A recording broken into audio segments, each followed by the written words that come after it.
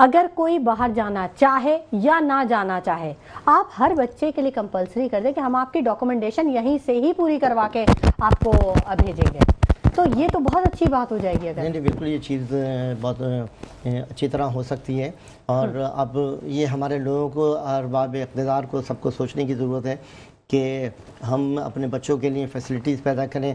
بچوں کے لیے کیا, عوام کے لیے بھی فیسلٹیز پیدا کریں. ہر ایریا میں اب جو ہے آپ کو جو ہے آٹومیشن کی لانے کی ضرورت ہے.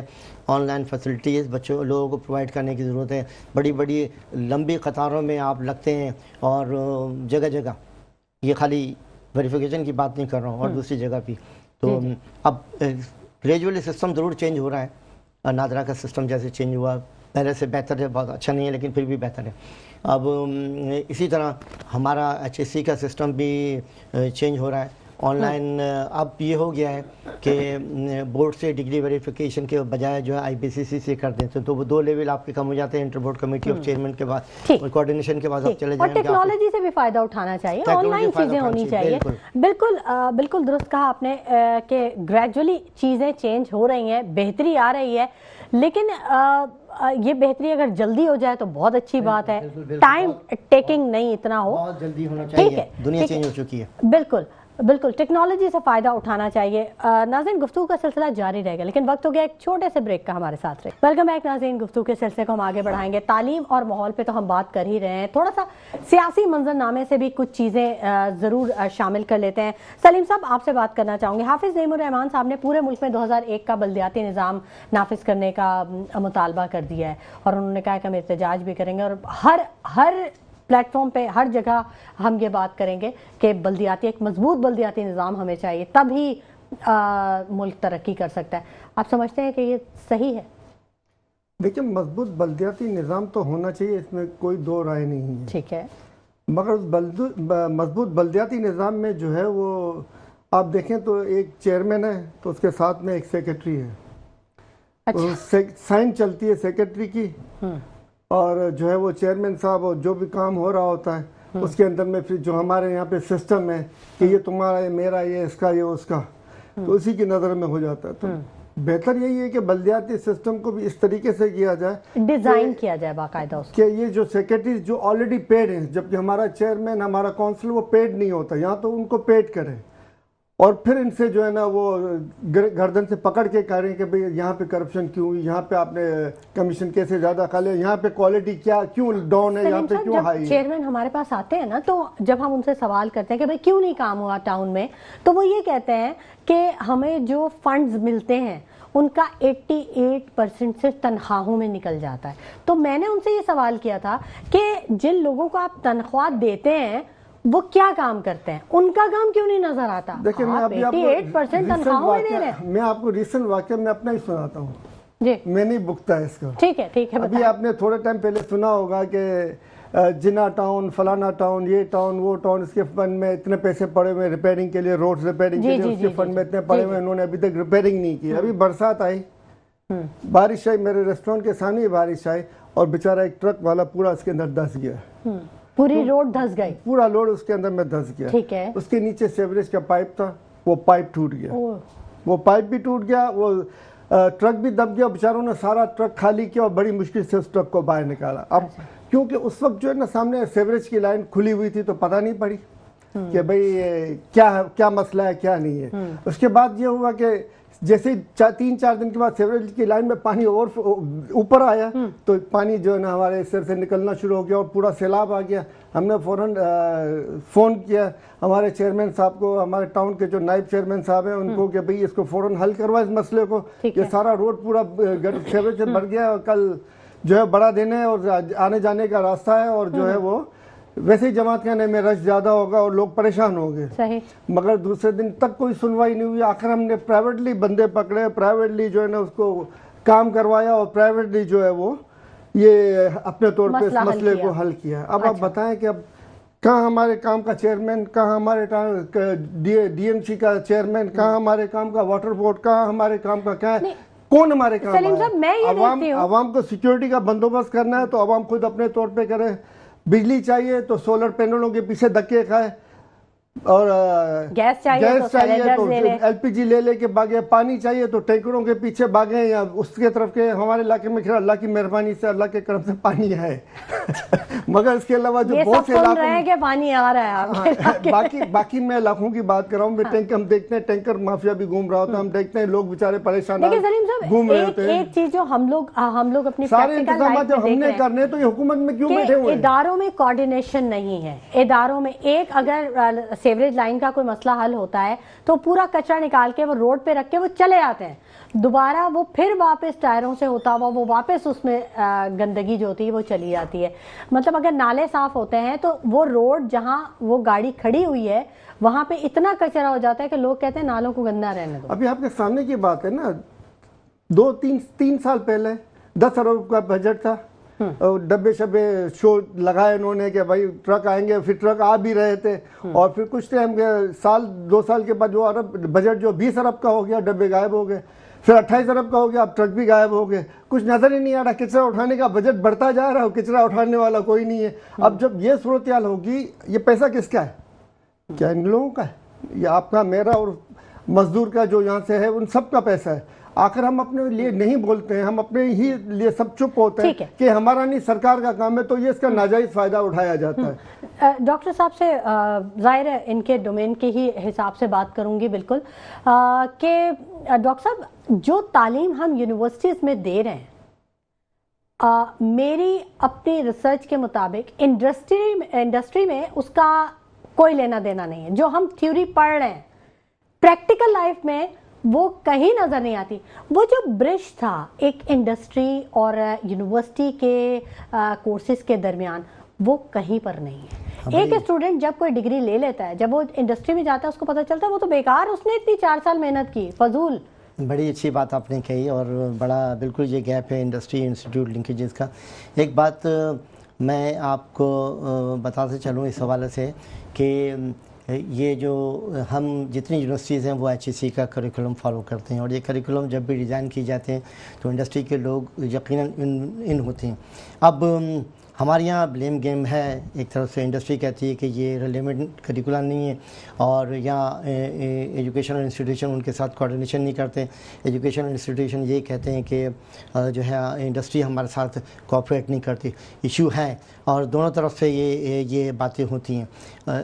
اور آپ کی بات بالکل بجا ہے کہ اگر ہمارا کریکولم جو ہے وہ کمپلائنٹ نہیں ہوگا, مطلب دور جدید کے مطابق نہیں ہوگا, جو کوئی انڈسٹری میں اس کے مطابق نہیں ہوگا, تو یقیناً ہم پھر ایسا اسٹف پیدا کر رہے ہوں گے جو کہ گاربیج کی صورت میں ہوگا. تو انڈسٹری انسٹیٹیوٹ لنکیجز بہت ہی امپورٹنٹ ہے. اس سلسلے میں میں آپ کو بتاتا چلوں کہ ایک آپ کا 1962 میں اپرنٹسشپ ایکٹ بنا تھا, ٹھیک ہے. یہ ایکٹ ریوائز ہوا 2018 میں, اور نیشنل اسمبلی نے اس کو پاس کیا. اسی وجہ سے ہوا کہ اس میں جو اپرنٹسشپ ایکٹ میں جو کلاس تھے, جو انڈسٹری کو اعتراضات تھے, وہ ان کو دیے گئے, ان کو جو ہے وہ پاورز بھی دیے گئے انڈسٹری کو. لیکن 2018 سے وہ جو اپرنٹسشپ ایکٹ ہے وہ شیلف پہ پڑا ہوا ہے. اس میں کیا ہے کہ بچوں کو ایجوکیشنل انسٹیٹیوشن میں اپرنٹسشپ کرانی ہے, بچوں نے آنا ہے, اور جو انڈسٹری کے ساتھ لنک ہو رہا ہے ایجوکیشن سسٹم. تو ہر کوئی یہ کہہ تو رہا ہے بلیم گیم چلتا ہے, لیکن کوئی آگے بڑھنے کے لیے تیار نہیں, کوئی کلوز آنے کے لیے تیار نہیں ہے. میں خود اپنی پرسنلی میں اپنا ایکسپیرینس شیئر کروں گا. میں federation of Pakistan chamber of commerce industry کی CSR کمیٹی جو ہے ٹیکنیکل ایجوکیشن کی, اس کا 20 سال ممبر رہا ہوں. ایفرٹس ڈالتا رہا, باتیں ہوتی رہیں, لیکن عملی طور پہ کچھ نہیں ہوا. تو زبانی کلامی ہے, جو بھی ہے زبانی کلامی چلتا ہے, اور ساری چیزیں چلتی ہیں, بحث مباحثے چلتے ہیں, سیمینارز ہوتے ہیں. ایجوکیشن پالیسی ٹیم کا میں ممبر رہا ہوں 1998 2010 کا, اور انڈسٹری کے ساتھ ہم نے بات کی. پلاننگ پالیسی ہو گئی, ڈاکومنٹ پیپر بن گئے, سارا کچھ ہو گیا, لیکن عملی اقدام کچھ نہیں ہے. اپرنٹسشپ ایکٹ موجود ہے, آپ اس کو امپلیمنٹ کریں. آپ دیکھیں انڈسٹری انسٹیٹیوٹ لنکیجز کیسے ڈیولپ ہوں گے. بڑا اچھا ایک ڈاکومنٹ ہے, اور جو وہ ڈاکومنٹ ڈیولپ کیا گیا ہے اس ٹیم کا میں خود بھی ممبر تھا, اور ہم نے کوارڈینیشن تمام انڈسٹریز کے اداروں سے کی. Federation of Pakistan chamber of commerce کے ساتھ ہم نے کنسلٹیشن کی, ہم نے چیمبر آف کامرس کراچی کے ساتھ کی, ہم نے لاہور چیمبر آف کامرس کے ساتھ کی, تمام کے ساتھ کی. ہماری ٹیم جو گئی اس کو فائنل ہونے سے پہلے,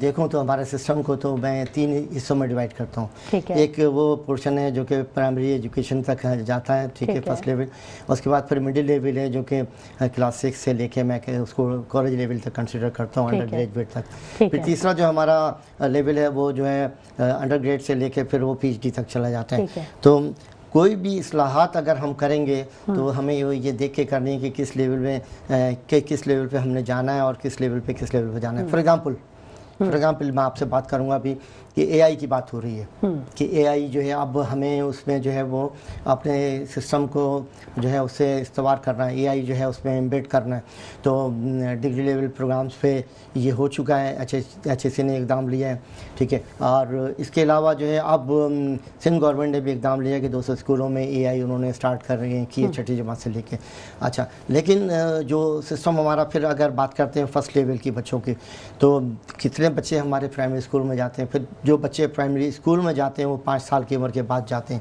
تو جو بچے 5 سال کی عمر کے بعد جاتے ہیں, میجارٹی آف بچے, کتنے بچے ہیں جو ہمارے پری پروگرامنگ میں جاتے ہیں, کتنے بچے ہیں جو ڈے کیئر میں جاتے ہیں. جب ڈے کیئر کی بات ہوتی ہے, کیونکہ بچوں کی جو نشو و نما ہوتی ہے وہ 5 سال کے اندر ہو جاتی ہے, ان کا برین کی ڈیولپمنٹ. ڈاکٹر صاحب قطع کلامی کی معذرت, لیکن اب جو دور ہے اس میں تو ہم یہ دیکھ رہے ہیں کہ بچہ ابھی دنیا میں نہیں آیا ہے لیکن اس کی رجسٹریشن ہوتی ہے اسکولز میں. ایسے اسکولز ہیں, مطلب وہ یہ کہتے ہیں کہ ہمارے پاس نہیں ہے کیپیسٹی, آپ رجسٹریشن پہلے کروا دیں بچوں کی, اور وہ جیسے ہی دنیا میں آتا ہے تو پھر ان کا وہ شروع ہوتا ہے کہ جی اب کون سے سال میں پہنچا ہے تو پھر اس کی یہاں سے ہم اس کو لے کے چلیں گے, سکھائیں گے اس کو, وہ کیا کہتے ہیں, آداب سکھائیں گے اس کو.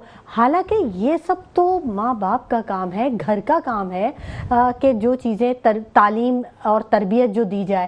لیکن اسکول کس نہج پہ چل رہے ہیں, اور اتنی ہائی فیسز ہیں اسکول کی, پرائیویٹ اسکولز کی فیسز تو بہت زیادہ آئی ہیں سر. اس میں کوئی شک نہیں, اب تو خیر یونیورسٹی کی فیسز بھی بہت زیادہ ہائی ہو گئی ہیں. نہیں, سر جی اگر آپ دیکھیں تو یونیورسٹیز کی فیس اگر دیکھیں تو وہ کسی بھی ہائی لیول کے اسکول کے برابر یا سے زیادہ نہیں ہے. آپ پرائیویٹ یونیورسٹیز کی بات کر رہا ہوں میں, ایوریجلی اگر میں بات کرتا ہوں 10,000 روپیز اگر کسی, جو کہ میں کم بتا رہا ہوں, فیس اسکول کی پر منتھ ہے, تو یونیورسٹی میں اگر جائیں تو کوئی بچہ پڑھ رہا ہوتا ہے تو اس کی 10,000 روپیز پر منتھ ہی فیس آ رہی ہوتی ہے ایوریجلی. یہ بتا رہا ہوں, حقیقت آپ کیلکولیٹ کر لیجیے گا, ٹھیک ہے نا. پر سیمسٹر اتنا مہنگا پڑتا ہے سر یونیورسٹیز میں. بعض ایریاز میں ہیں, بعض ایریاز میں ہیں, بعض یونیورسٹیز کی ہے. اچھا, جو آپ نے شروع بات کی تھی, تو بچے کی تربیت کہاں سے ہوتی ہے, وہ گھر سے ہوتی ہے, ڈے کیئر. کیونکہ ہمارے یہاں ڈے کیئر سسٹم نہیں ہے. ہماری کتنے بچوں کو پری پرائمری اور اس سے کے جی اور کے جی 1 کے جی 2 کی شہروں میں اویلیبل ہے, دیہاتوں میں نہیں ہے. تو ساری یہ تربیت پھر وہ جو ہوتی ہے بچے کی 5 سال میں وہ گھر میں ہی ہوتی ہے. اس کے جو برین جو ہے ڈیولپ ہو چکا ہوتا ہے, وہ جس ماحول میں رہ رہا ہوتا ہے, جس ماحول میں اس کا وہ ڈیولپ ہو چکا ہوتا ہے. ایک تو ایشو یہ. پھر لیکن اس کے باوجود بھی 5ویں کلاس میں جب بچہ مطلب پہلی کلاس میں آتا ہے 5 سال کے بعد, تو وہ فیسلٹیز بھی ہمارے یہاں نہیں ہیں. ایک جو ہمارا سسٹم ہے ایجوکیشن کا, ہم جس کو اگنور کرتے ہیں, ہمارے مدارس بڑا اچھا کام کر رہے ہیں جہاں پہ کیپیسٹی ہے. یہ بتا دوں میں آپ کو, ہمیں اگنور نہیں کرنا چاہیے ان کو.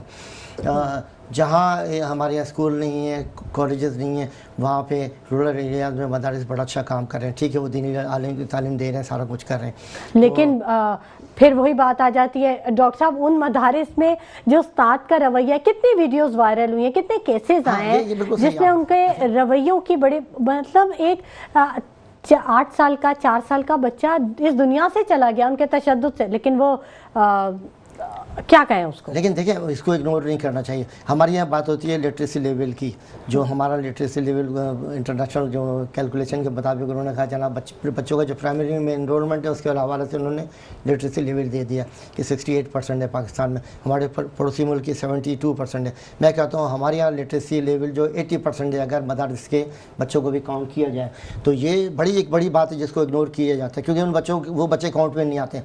بہرحال اس میں کوئی شک نہیں کہ سسٹم میں بہت زیادہ امپروومنٹ کی گنجائش ہے. ایجوکیشن کا بجٹ بڑھنا چاہیے, اور جو ہے گورنمنٹ کی سپورٹ حاصل ہونا چاہیے. جہاں تک آپ نے کہا طبقاتی نظام کی بات کی کہ کیمبرج کے بچے ہیں, پھر ہمارے اپنے اسکولنگ سسٹم ہے, تو یہ اور پھر فیس کی بات ہوئی کہ ایک پرائیویٹ اسکول میں کیا فیس ہے اور جو ہے ایک ہائر لیول کے جو کیمبرج کے اسکول کی فیس کیا ہے. تو یہ سارا کچھ گورنمنٹ چاہے تو کنٹرول کر سکتی ہے اگر ان کو کیٹیگرائز کرے. یہ اگر دیکھیں بعض ممالک میں دنیا کے یہ ہے کہ واچر سسٹم ہے, بچے کے لیے تعلیم فری ہے, ٹھیک ہے, اور وہ پرائیویٹائزڈ ہے. کیا ہے؟ فری ہے اور پرائیویٹائزڈ ہے. گورنمنٹ کیا کرتی ہے؟ واچر دیتی ہے. گورنمنٹ اتنا بڑا ایجوکیشن کا جو مینجمنٹ کا سسٹم نہیں پال رہی, بہت بڑا, جیسے اس کی تنخواہ میں جا رہا, سیلریز میں جا رہا مینجمنٹ. تو گورنمنٹ کیا کرتی ہے؟ بچہ کسی اسکول میں گیا, اس میں اپنے آپ کو انرول کیا, اس کی فیس جو ہے گورنمنٹ کی طرف سے واچر آ گیا.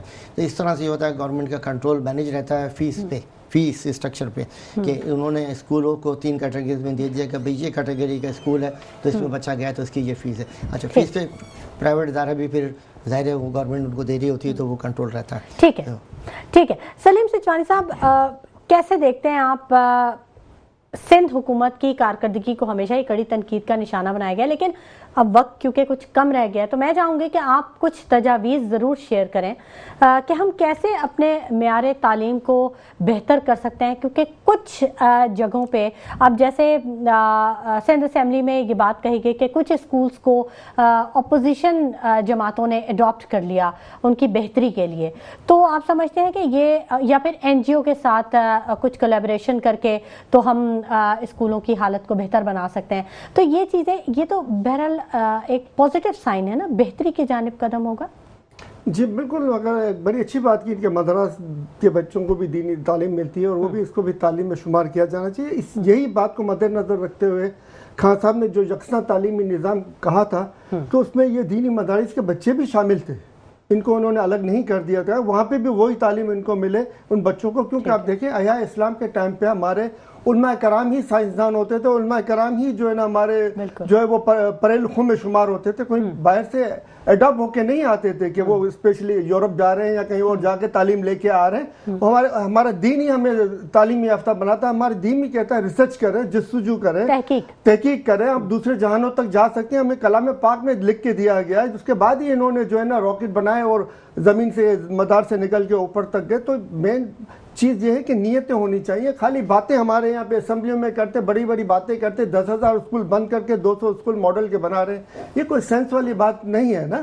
آپ دیکھیں اس کے علاوہ خان صاحب نے دوسرا اہم ترین کام کیا تھا, ڈیموں کی تعمیر پہ کام شروع کیا. 10 ڈیموں کی تعمیر پہ کام شروع کیا. اگر ابھی تک ان ڈیموں میں سے چند ڈیم مکمل ہو چکے ہوتے تو کئی علاقے ایسے تھے جو سیلاب سے بچائے جا سکتے تھے, کیونکہ ڈیموں میں پانی ریزرو ہو جاتا اور وہی پانی جو ہمیں جب پانی کی کمی ہوتی ہے وہ اس وقت ہمیں کام آتا. انڈیا نے جو ابھی کام کیا آبی جارت میرے خیال سے آپ بھی یہ سنتے ہوئے آئے ہوں گے, جب چھوٹی ہوں گی اور جب ہم چھوٹے تھے اور جب یہ بھائی چھوٹے تھے تب سے ہم سنتے ہیں کہ بھارت نے آبی جاریت کر دی. اگر پانی بند کر دیتا ہے تو بھی آبی جاریت ہے, پانی چھوڑ دیتا ہے تو بھی آبی جاریت ہے. مطلب ہم کیا انتظام کر رہے ہیں؟ وہ ہے جس کے پیچھے اسرائیل کھڑا ہوا ہے, جو اس کی سپورٹ کر رہا ہے اور جو کبھی نہیں چاہے گا کہ پاکستان جو ایک مستحکم اسلامی ملک کے طور پر ابھرے. یہ ایک حقیقت ہے جس کو کوئی جھٹلا نہیں سکتا. جب آپ کو پتہ ہے آپ کا دشمن آپ کی طاق میں تو اس سے بچاؤ کے طریقے کرے نا. وہ جاریت کرتی, رونے سے تو کام نہیں چلے گا.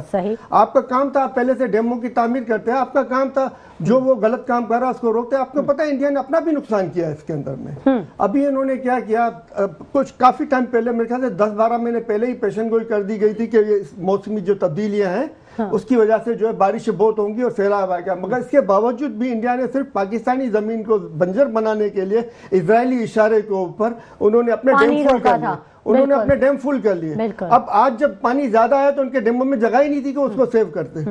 حالانکہ اس وقت اگر وہ پاکستان کا پانی نہ روکا جاتا تو یہ ان کی زمینیں ڈیمز کے وال بھی کئی ڈیمیج ہوئے ہیں. جی ان کے, اور دوسرا یہ کہ ان کو بھی تھوڑا بہت نقصان پہنچا ہے. ان کے جو بارڈر کے ایریاز ہیں وہاں پہ نقصان پہنچا اور ہمارے شہری علاقوں تک میں نقصان پہنچا ہے. تو انڈیا ایک بغیر سوچے سمجھے جو حرکت کی ہے اور پاکستان نے جو کبھی اپنے عوام کا سوچا ہی نہیں ہے, تو آخر اس صورتحال سے کب نکلیں گے ہم؟ کب تک ہم ڈائلگ بازی سے چلتے رہیں گے کہ بھارت نے جاریت کر دی, بھارت نے آبی جاریت کر دی, بھارت نے یہ کر دیا؟ بھئی بھارت تو ہمیشہ کرے گا کیونکہ اس کے پیچھے اسرائیل اور سیاستدان جو ہیں بھارت کے وہ اسرائیل کی سرپرستی میں چلتے ہیں اور اسرائیل جو ہے کبھی نہیں چاہے گا کہ ہم آگے بڑھیں. اور اس کے علاوہ ہم دیکھیں درخت جو لگائے جا رہے تھے جس سے ماحولیات بہتر ہوتا, ماحول آگے بڑھتا.